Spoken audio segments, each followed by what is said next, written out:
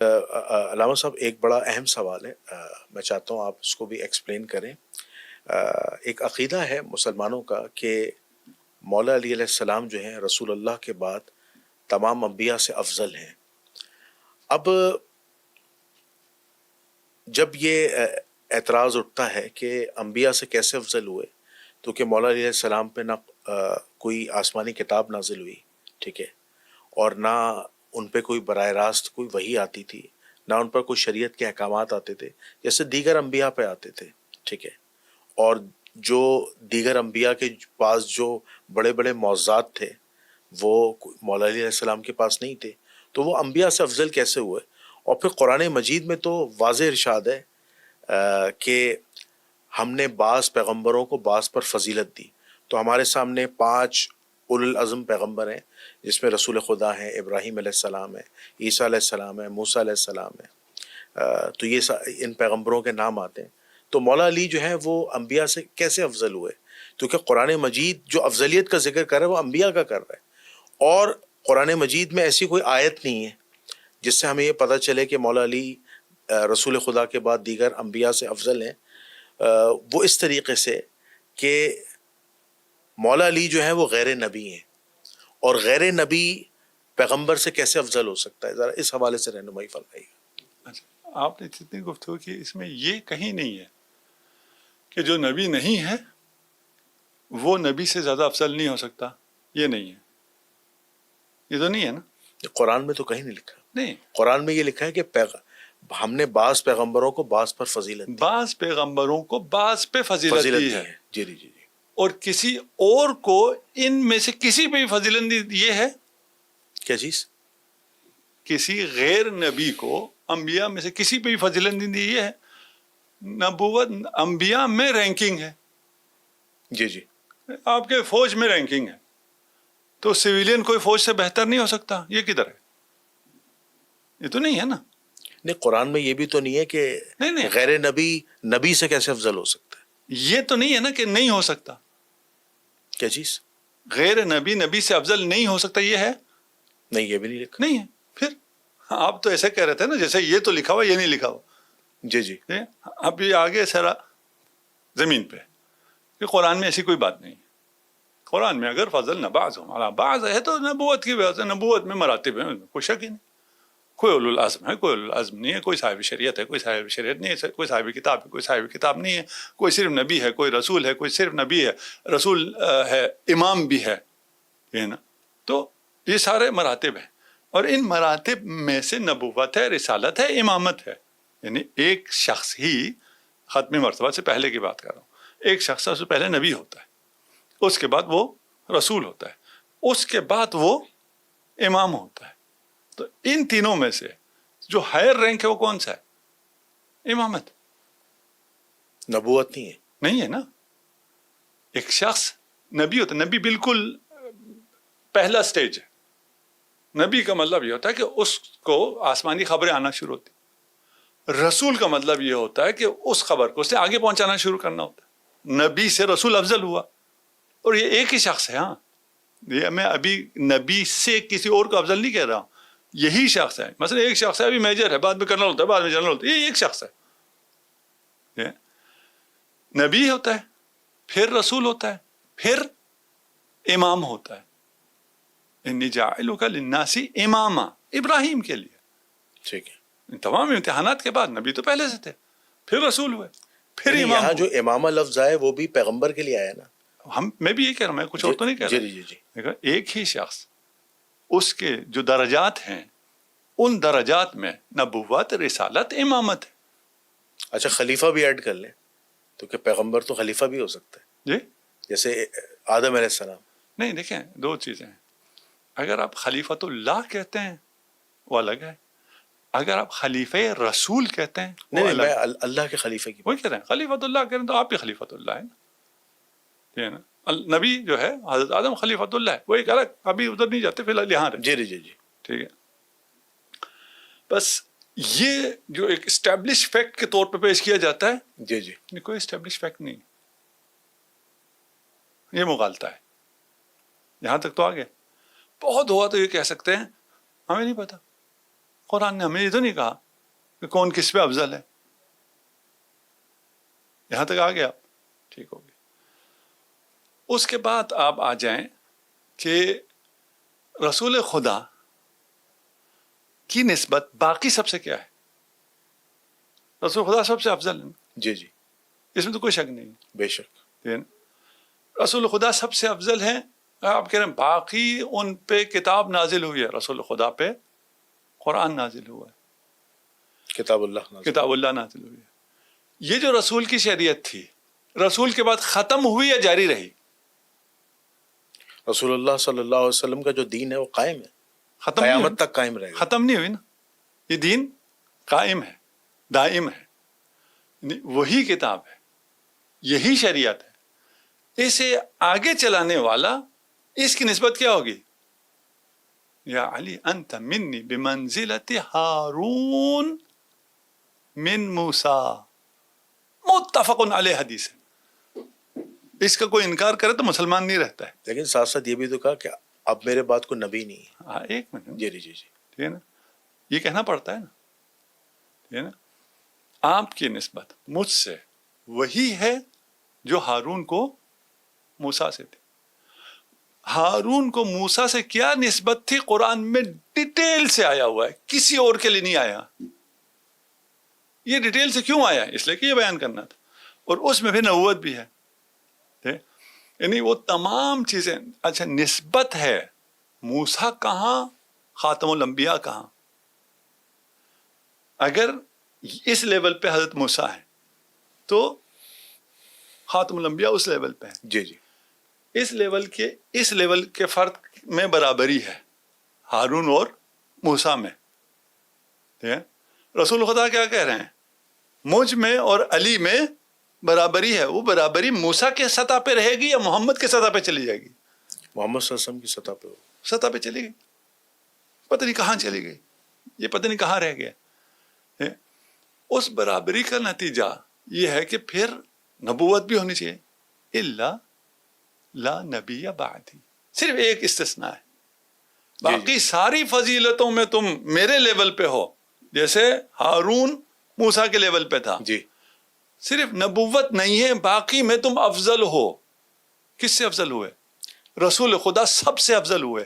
جو نفس رسول ہوگا وہ سب سے افضل ہوگا. یہ دو چار ہے، یہ سمجھ میں اگر کسی کو نہیں آتی تو بہت ہی بڑی موٹی عقل ہے اس کی. ہم علی کی فضیلت کی بات نہیں کر رہے، ہم رسول کی فضیلت کی بات کر رہے ہیں. رسول ہمارا افضل ہے، دین اسلام سب سے افضل ہے، تو اس دین کا امام بھی سب سے افضل ہوگا. سب کا متفقہ ہے آخر الزمان میں امام مہدی تشریف لائیں گے، امام مہدی کے پیچھے حضرت عیسیٰ نماز پڑھیں گے. جی جی. متفقہ ہے نا، کون افضل ہے؟ اچھا یہاں پر نا ایک اعتراض اٹھاتے ہیں کہ آپ نے کہا کہ امامت سب سے افضل ہے، تو قرآن مجید نے اس پر رہنمائی فرمائی ہے کہ امامت نبوت سے یا رسالت سے افضل ہے. اس کی کوئی ایسی دلیل ہے قرآن سے جو موجود ہو؟ ہم نے یہ کہا نا، حضرت ابراہیم کو جو آخری منصب ملا وہ منصب امامت ملا، پہلا منصب نہیں ملا. لیکن یہاں سے افضلیت کا معیار نہیں پتہ چل رہا نا کہ امامت افضل ہے. آخری یہ منصب ہے، وہی منصب. آخری منصب کون سے ملتا ہے؟ آخری منصب افضل کیسے ہو سکتا ہے؟ آپ کہیں جی ایک بندہ پہلے جو ہے وہ چپڑاسی ہوتا ہے یا پہلے وہ میجر ہوتا ہے، ٹھیک ہے نا، اس کے بعد وہ جنرل قرآن نے اس ہوتا کو ہے. ایکسپلین نہیں کیا نا، اس کے بعد قرآن نے صرف منصب بتایا. آخری منصب نا، آخری منصب سب سے چھوٹا ہو، یہ کس کی عقل میں آتا ہے جی؟ آخری منصب جنرل ہے، لیکن جنرل جو ہے وہ سپاہی سے کمتر ہے. قرآن نے اس کی تشریح تو نہیں فرمائی، یا رسول اللہ کی کوئی تشریح ہو، کوئی روایت ہو تو بتائیں. اس سے زیادہ تشریح چاہیے کہ آخری منصب سب سے بڑا ہوتا ہے، اس کی تشریح چاہیے. نہیں، ہم نے آپ کو نبی بنایا، پھر آپ کو رسول بنایا، پھر آپ کو آزمایا، آپ آزمائش میں پورا اترے، ہم نے آپ کو امام بنا دیا. جی. اس میں اور تشریح چاہیے کہ امامت اونچا مرتبہ ہے. نہیں، امام بنایا کس کو؟ پیغمبر کو. وہی پیغمبر ہی کی بات کر رہا ہوں نا، میں پیغمبر ہی کی بات کر رہا ہوں. میں کہہ رہا ہوں یہاں پہ غیر پیغمبر کی تو بات ہی نہیں، ہم بات ہی نہیں کر رہے. جی جی جی. آپ کہہ رہے ہیں کس نے کہا امامت بڑا رتبہ ہے؟ یہ اس سے زیادہ واضح کون کہہ رہا ہے؟ کس کے لیے کی بات نہیں ہو رہی ہے نا. ابھی یہ بات ہم کر ہی نہیں رہے کس کے لیے. امامت بڑا عہدہ ہے، آپ آ کے ہم سے اختلاف کریں کہ کوئی امامت ہے ہی نہیں، وہ ایک الگ بحث ہے. امیر المومنین منصوص من اللہ امام نہیں تھے، ایک الگ بحث ہے، اس میں ہم نہیں آ رہے نا. جی جی وہ بحث کرنے آئیں گے تو بھی سو بسم اللہ وہ بھی کر لیں گے، جی جی ٹھیک ہے نا. ہم ابھی اس پہ نہیں ہیں، ہم ابھی کہہ رہے ہیں کہ یہ مسلمات ادیان میں سے ہے، امامت سب سے بڑا عہدہ ہے. ہم کہتے کس نے کہا ہے، کس کو ملا ہے، اچھا کس کو نہیں قرآن ملا. ہماری جب رہنمائی کرتا ہے امامت کے حوالے سے کہ ابراہیم کی اولاد میں سے اللہ فرماتا ہے نا امامت دیں گے، تو وہاں پہ بھی اللہ نے جو ہے قرآن مجید میں جو رہنمائی فرمائی ہے ان میں انبیاؤں کے نام ہی آتے ہیں. آپ دیکھیں وہاں پہ کسی بھی غیر نبی کا ذکر نہیں ہے. جتنے بھی مفسرین نے محققین نے اس کی تفسیر لکھی ہے، اس بارے میں آپ کیا کہیں گے؟ تفسیر لکھیں، آپ کہتے ہیں ایک دفعہ آپ کہتے ہیں قرآن میں ہے، ایک دفعہ آپ کہتے ہیں تفسیر لکھی ہے. تو تفسیر بھی قرآن کو سمجھ کے اس کے فہم کے حساب سے لکھی گئی ہے. نہیں، تو پھر کیسے لکھی گئی ہے آپ بتائیے. اپنے اپنے فرقے، اپنے اپنے ذوق، اپنے اپنے مسالک، اپنے اپنے مفادات کے لیے لکھی جاتی ہے. اس میں تو کوئی دو رائے ہے ہی نہیں. یہ ہے نا بھائی. اچھا قرآن فہمی کا آسان نسخہ کیا ہے؟ آپ کو میں قرآن فہمی جی بتاتا ہوں نا. جی آپ جی کہتے جی. ہیں قرآن تفسیر لکھی جاتی ہے. آپ کو اگر آئے وضو اردو میں بتاؤں، جب اٹھو اپنے چہرے کو دو اور اپنے ہاتھوں کو دو اور مسح کرو اپنے سر پہ، اپنے پاؤں پہ. اس میں کون سی راکٹ سائنس ہے؟ اس میں کیا سمجھنے کی چیز ہے؟ سیدھا سا ہے نہیں ہے. ٹھیک ہے. ایک یہ ہے نہیں، اٹھو، ایک طبقہ کہتا ہے کہ مسا جو ہے وہ پیر کے اوپر کا ہے، اور ایک کہتا ہے مسا مکمل ہے، پیر کے نیچے کو بھی حصے کو بھی صاف کرنا ہے. نہیں مسح کرنا ہے نا، دھونا نہیں ہے، مسح ہے. دھونے کی دیکھیں تین اس میں ہے. اٹھو، نماز کے لیے اٹھو، دو کس کو؟ ہاتھ کو، چہرے کو اور ہاتھوں کو. مسح کرو سر کو اور پاؤں کو. سمپل اسی طرح ہے. اس سے کسی کو کیا سمجھ میں آئے گا؟ اگر کوئی قرآن کی تفسیر کرنے بیٹھا ہے جی جی جی. کیا سمجھ میں آئے گا؟ پاؤں پہ مسح کرنا ہے. پھر دونوں کدھر سے بریکٹ میں آ جاتا ہے؟ بریکٹ کے بغیر نہیں آ سکتا. بریکٹ کا مطلب کیا ہے؟ قرآن نہیں کہہ رہا، نہیں تو نہ لگاؤ نا بریکٹ. جی جی. ٹھیک ہے نا. یہ کدھر سے آتا ہے؟ کیونکہ میرا مکتب، میرا فرقہ جو کہتا ہے میں نے قرآن کا وہی ترجمہ کرنا ہے. میں نے قرآن تو نہیں لینا ہے، قرآن لینا ہے. رسول نے کہا نہیں تو ہے یہ تو قرآن اہل بیت کے بغیر نہیں ملتا ہے. قرآن اہل بیت کے بغیر نہیں ملتا ہے. قرآن اہل بیت کے بغیر نہیں ملتا ہے. پھر آگے اس حدیث میں بھی کیا پیش کرتے ہیں؟ کتاب اللہ و سنتی. کرتے نہیں کرتے؟ جی جی. جھوٹ نہیں ہے آپ کے پاس ہی نہیں، اہل سنت کے پاس ہی نہیں ہے. اہل سنت کا تو یہ دعویٰ ہے کہ ہم نے جو فہم قرآن لیا ہے یا رسول اللہ کی احادیث لی ہیں، اس میں ہم نے روایات اہل بیت سے بھی لی ہیں، اصحاب سے بھی لی ہیں، ازواج رسول سے بھی لی ہیں. اہل بیت سے نہیں لیے نہیں لیے. اب جیسے میں آپ کو مثال دیتا ہوں کہ شیخ الاسلام ڈاکٹر محمد طاہر القادری صاحب کہتے ہیں کہ ہمارے پاس مجموعہ روایات جو ہیں ان کا چیلنج ہے المنہاج القرآن ٹرسٹ انٹرنیشنل میں ان کی ریسرچ کے مطابق کہ ہم نے مولا کائنات علی ابن ابی طالب علیہ السلام سے 14,500 احادیث لی ہیں. کوئی آئے ہم سے آ کے منہاج القرآن پہ لے جائیں. ان میں سے عمل کسی پہ بھی نہیں کیا. اس احادیث روایات لی ہیں ہم نے، نہیں لی ہیں. ٹھیک ہے نا. دیکھیے تھوڑا سا پھر سمجھنے کی چیز ہے. روایت لی ہے کا مطلب یہ نہیں ہوتا کہ آپ کی کتابوں میں متفرق آپ کے پاس جتنا ذخیرہ حدیث ہے ٹوٹل وہ 14,000 نہیں ہے. تکرار کو ہٹا کے ٹوٹل ذخیرہ 14,000 نہیں ہے. تو صرف امیر المومنین سے کہاں سے 14,000 آئے گا؟ آپ 15,000 روایات تو بخاری و مسلم ملا کے ہو جاتی ہیں. 7,500 تکرار کو ہٹائیں تو کتنا ہوتا ہے؟ کیسی تکرار؟ میں سمجھا نہیں. ایک روایت بخاری میں کتنی دفعہ آئی ہوگی؟ ایک ہی روایت بخاری نے کتنی دفعہ ریپیٹ کی ہوگی آپ کے خیال میں؟ بخاری نے 4 طریق بھی آتے ہیں، 7 بھی آتے ہیں. نہیں طریق کی بات نہیں کر رہا. ایک ہی روایت کو کتنی دفعہ ابھی ہم دونوں بات کر رہے ہیں. جی جی جی. تو ہم ایک بات کو کتنی دفعہ ریپیٹ کر لیں گے؟ 2 یا 3 دفعہ. 2 یا 3 4 5 6 کتنے دفعہ ریپیٹ کر لیں گے. لیکن اگر آپ نے جو لکھا ہوا اس میں کتنا ریپیٹ کیا ہے؟ ایک بھی نہیں. بولنے میں ریپیٹیشن آ جائے گی. جی جی. لکھنے میں ریپیٹیشن یہ نہیں تو پھر آئے آپ کو ایکچوئل کاؤنٹنگ کرنی پڑے گی نا. ایک کاؤنٹ جی میں جی بتا رہا ہوں نا. جی جی ٹھیک ہے نا, نہیں آئے گی نا, کامن سینس سے سب کو سمجھ میں آنے والی. بخاری میں ایک روایت 35 مرتبہ تکرار ہوئی ہے, پتا تھا آپ کو؟ نہیں نا, یہ بات صحیح ہے.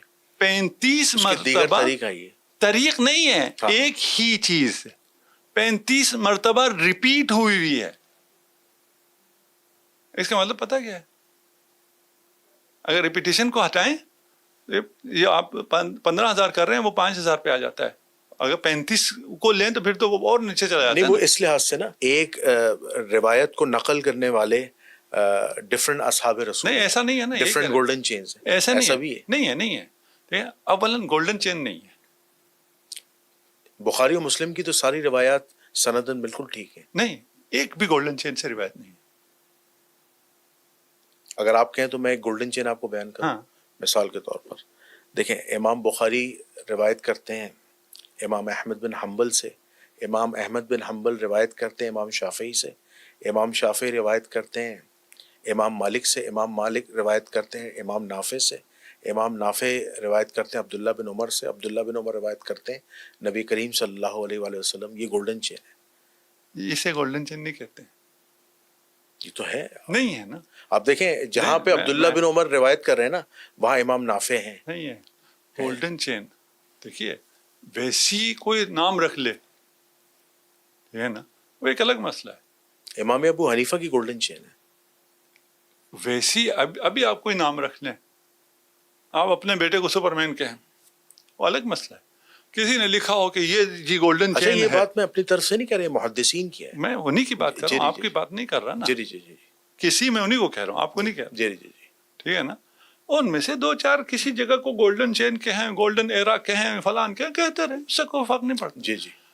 مسلمان متفقہ طور پر جسے سلسلۃ الذہب کہتے ہیں, جس سلسلے کو, وہ سلسلہ جس کے بارے میں فقہاء اہل سنت کہتے ہیں کہ اس سلسلے سند کو اگر پڑھ کے کسی مجنون پہ پھونکا جائے تو اسے افاقہ ہو جائے گا, وہ کون سی ہے جس پہ سب کا اتفاق ہے؟ وہ ائمہ اطہار کی سیرت سے چین ہے, ائمہ اہل بیت کی چین ہے. سنی شیعہ سب متفق ہیں اس پہ, اس کو سلسلے ذہب کہتے ہیں. اسے کون کہتا ہے؟ جس نے لکھا ہے وہ یہ شواذ میں سے ہیں. یہ ایسی ادعا ہے, اس ادعا کی کوئی اہمیت نہیں ہے. یہ جس پر اتفاق ہے جو گولڈن چین ہے, اس سے سیاہ میں ایک روایت بھی نہیں ہے.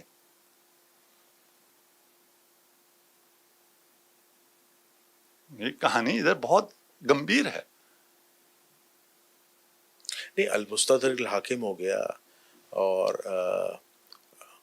ایون ابو داؤد ہو گیا, ابن ماجہ ہو گیا, اس میں حضرت علی سے مرویات ہیں. نہیں, آپ ہماری بات نہیں توجہ کر پا رہے. شاید کچھ جو طالب علم ہیں وہ سمجھ جائیں, ٹھیک ہے نا, جو پوری چین سلسلہ ذہب ہے نہ کہ امیر المومنین سے 5 روایات ہیں. آپ والی چین کی بات تو نہیں کر رہے جو سلسلہ امامت سے ریلیٹڈ, یعنی امام زین العابدین, امام جعفر صادق علیہ السلام, اسی کو گولڈن چین کہتے ہیں. سارے مسلمان, سارے شیعہ نہیں, ہاں شیعہ کیا تو مشخص ہے, معصوم ہے, ٹھیک ہے نا, ادھر تو کوئی دوسرا کلام ہے ہی نہیں نا. سارے مسلمان جب ائمہ اہل بیت کی جو وہ ہے چین ہے, اس کو گولڈن چین کہتے ہیں. اس کے علاوہ کوئی بھی رکھتے اور جس مرضی چین کو یہ ٹائٹل دیتے رہے. نہیں, اہل سنت کیا, جیسے امام جعفر, امام باقر علیہ السلام ہے, ان سے پوری ڈیٹیل میں نا حج کی روایت نقل کی ہے, اور 7 پیجوں پر ہے. یہ پھر آپ نے نماز کہا تھا نا, حج بھی اسی طرح ہے. جیسے احادیث اہل سنت میں ایک حدیث نہیں ہے جس میں نماز بیان ہو, اہل بیت کی روایت کو چھوڑ کے ایک روایت نہیں ہے جس میں حج بیان ہو.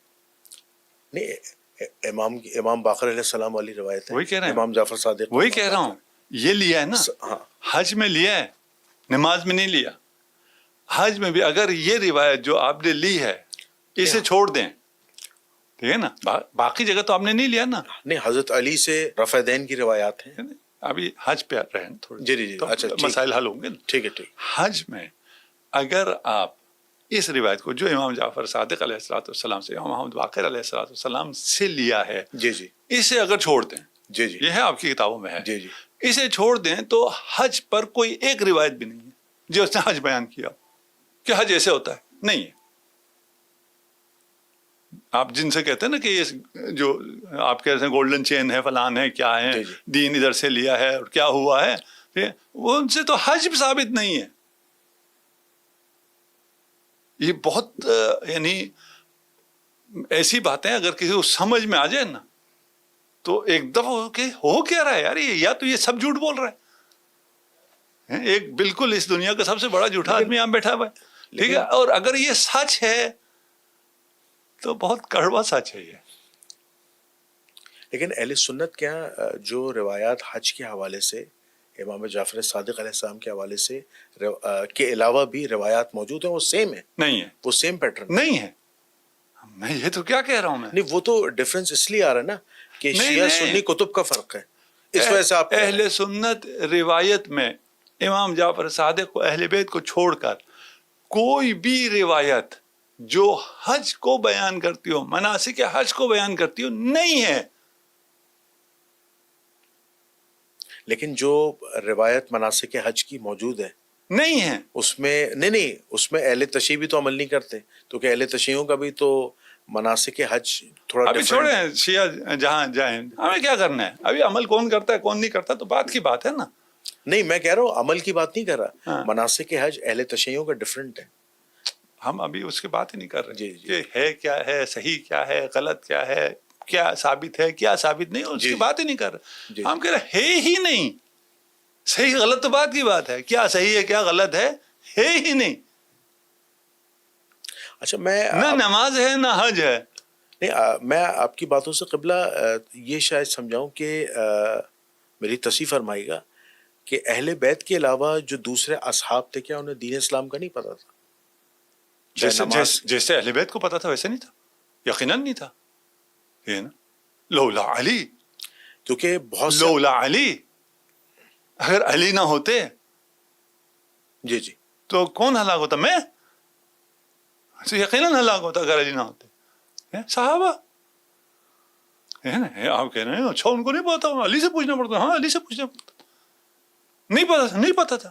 لیکن جو بہت سے اصحابہ کرام نے جو رسول اللہ سے ڈائریکٹ دین سیکھا ہے براہ راست، جیسے عبداللہ ابن مسعود رضی اللہ تعالیٰ عنہ ہے، حضرت عمر رضی اللہ تعالیٰ عنہ، حضرت ابو بکر صدیق رضی اللہ تعالیٰ عنہ، یہ تو رسول اللہ صلی اللہ علیہ وسلم کے ساتھ بیرونی معاملات میں ساتھ ہوتے ہم تھے، یہی تو تو ان سے حضرت روایات عمر کی تو مثال دے رہے ہیں، وہ کہہ رہے ہیں اگر علی نہ ہوتا تو میں ہلاک ہو جاتا، تو ڈائریکٹ اگر سیکھا ہوتا تو علی کی کیا ضرورت ہے؟ یہ جو جملہ ہے نا کہ حضرت عمر رضی اللہ تعالیٰ نے فرمایا کہ اگر علی نہ ہوتے تو عمر ہلاک ہو جاتا، تو یہ تو اس وقت فرمایا تھا کہ جب جنگ قادسیہ لڑنے جا رہے تھے حضرت عمر، تو حضرت علی رضی اللہ تعالیٰ نے ان کو مشورہ دیا تھا کہ آپ مت جائیں، کیونکہ اگر آپ چلے گئے اور شہید ہو گئے تو یہاں مسلمانوں کی جو جمعیت ہے وہ ٹوٹ جائے گی۔ چلے یہ تو اس موقع پر کہا چلے تھا۔ ابھی بحث نہیں کرتے، جی جی جی ایک موقع پہ نہیں ہے، جی جی یہ کرارن اور مرارن ہے، ایک موقع نہیں ہے، مان لیتے ہیں ہمیں کوئی مسئلہ نہیں، ایک جی موقع جی ہے، جی ٹھیک، کیا فرق پڑتا ہے، ٹھیک۔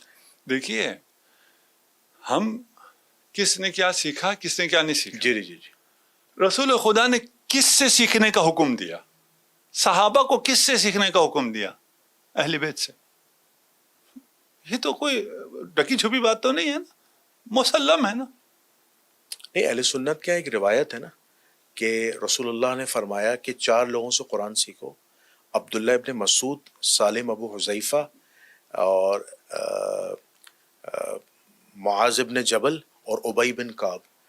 وہ اس لحاظ سے کہ مصحف ابی بن کعب بھی رسول اللہ صلی اللہ علیہ وآلہ وسلم کی زندگی بعد موجود تھا، مصحف عبداللہ ابن مسعود بھی تھا، ٹھیک ہے، اور اس کے بعد جو امت کے سب سے بڑے بہترین قاری تھے ابی بن کعب، ان کا بھی مصحف موجود تھا، اور یہ سارے کاتب وحی بھی تھے، جو رسول اللہ صلی اللہ علیہ وسلم کی جو وحی نازل ہوتی تھی یہ وہ لکھتے تھے۔